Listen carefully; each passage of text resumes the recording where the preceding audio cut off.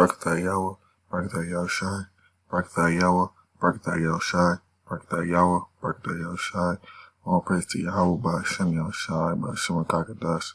The honor to the apostle, great millstone, salutation to the elect, expression of truth. So today I want to talk about, I just want to prove through the scriptures, through the spirit, that Esau is the white man, okay? Because people don't want to go into the history. People don't want to go into history. They don't want to study the languages. They don't want to study the Hebrew and the Greek.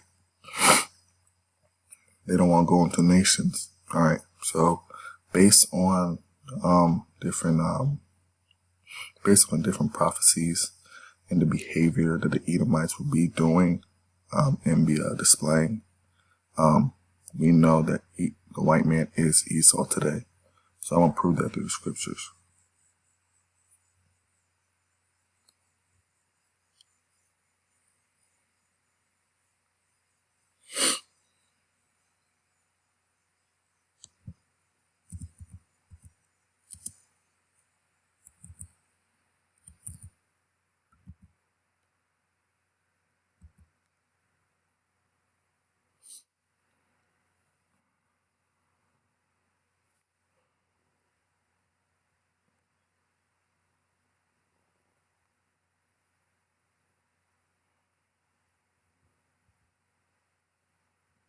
All right, so this is Genesis chapter 25, verse 23. And the Lord said unto her, 2 nations are in thy womb, and 2 mans of people shall be separated from thy bowels, and the one people shall be stronger than the other people, and the other elder shall serve the younger. Verse 24. And when her days to be delivered were fulfilled, behold, there were twins in her womb. All right, so let's just talk about Jacob and Esau and the descendants of Esau. He is the progenitor of the Edomites. All right, and that Esau, he's the firstborn son. Okay, he's the firstborn son. He's the first twin that came out. Okay, and then it says that he's gonna these 2 nations. It's a lot. It says that these 2 nations, they're gonna be separated from the womb. Okay, so one's gonna be stronger than the other one. So everybody knows that. So Jacob, he is the son. He's progenitor of the 12 tribes of Israel. All right, which is the so-called blacks, Hispanics, and Native Americans today. Everybody knows the blacks, Hispanics, and Native Americans are stronger than the white people. Okay, everyone knows that they're stronger. Okay, intellectually, okay, physically, all right, spiritually, in every way, they're stronger. Genetically, all that stuff. Science, proves that the blacks, Hispanics, and Native Americans are genetically superior. Okay. It just proves that, okay? And everybody knows that. It's common, this is common knowledge already, okay? And then when they want to go into a spiritual level, we're more spiritually divine in terms of we have a zeal, okay, to be spiritual, all right? And then you can tell in our mannerisms, our behaviors, okay? We're completely different types of people, all right? So that just shows that, this scripture, it just shows how that we're different, and it shows and proves that, okay, that we're Jake and then that they're Esau. But let's get even deeper to prove it. So this is this is verse 25. And the first came out red all over like a hairy garment, and they called his name Esau.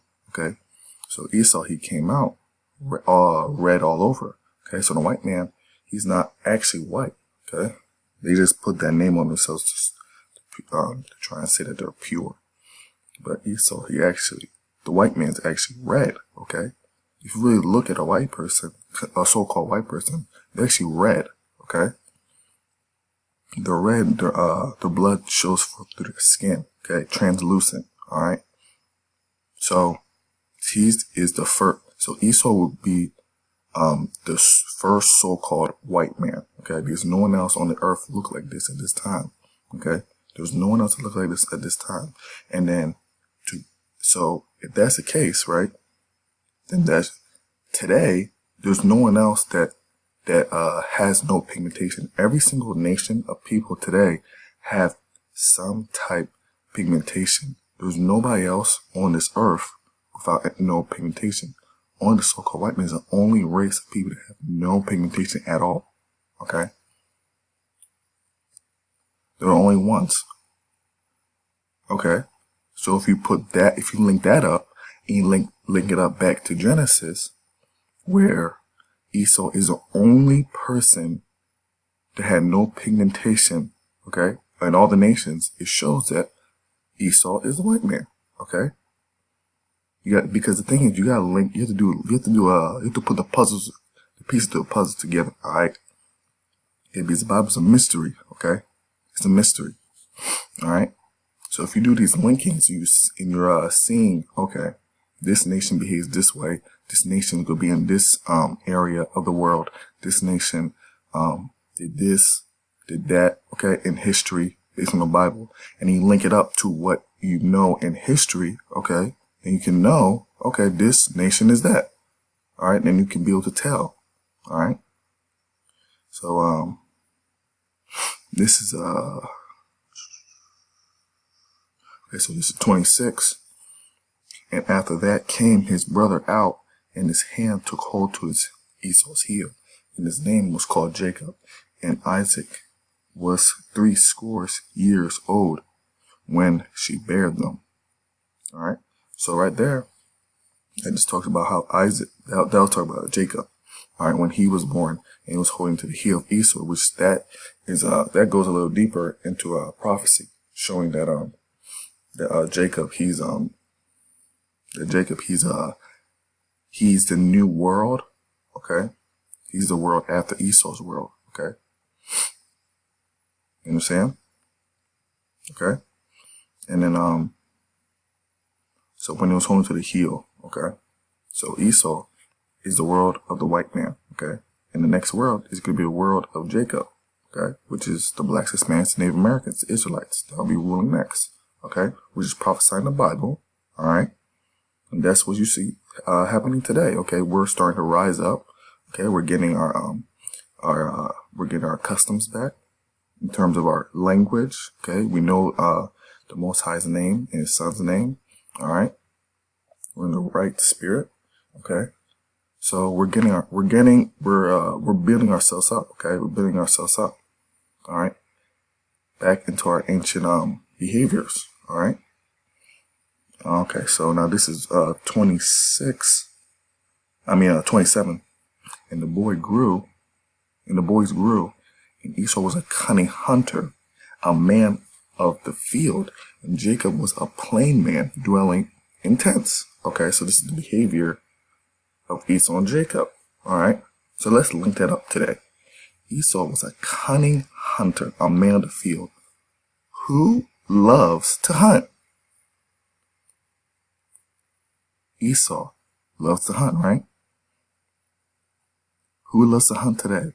The so-called white man. The so-called white man is in love with hunting. And you can't lie to me. You can't lie. You can't get around that, right? The white man is in love with hunting, all right? He hunts all the time. That's his pride. That's what Esau used to do too. Okay, he was a cunning hunter too. So that means he was really deep into it.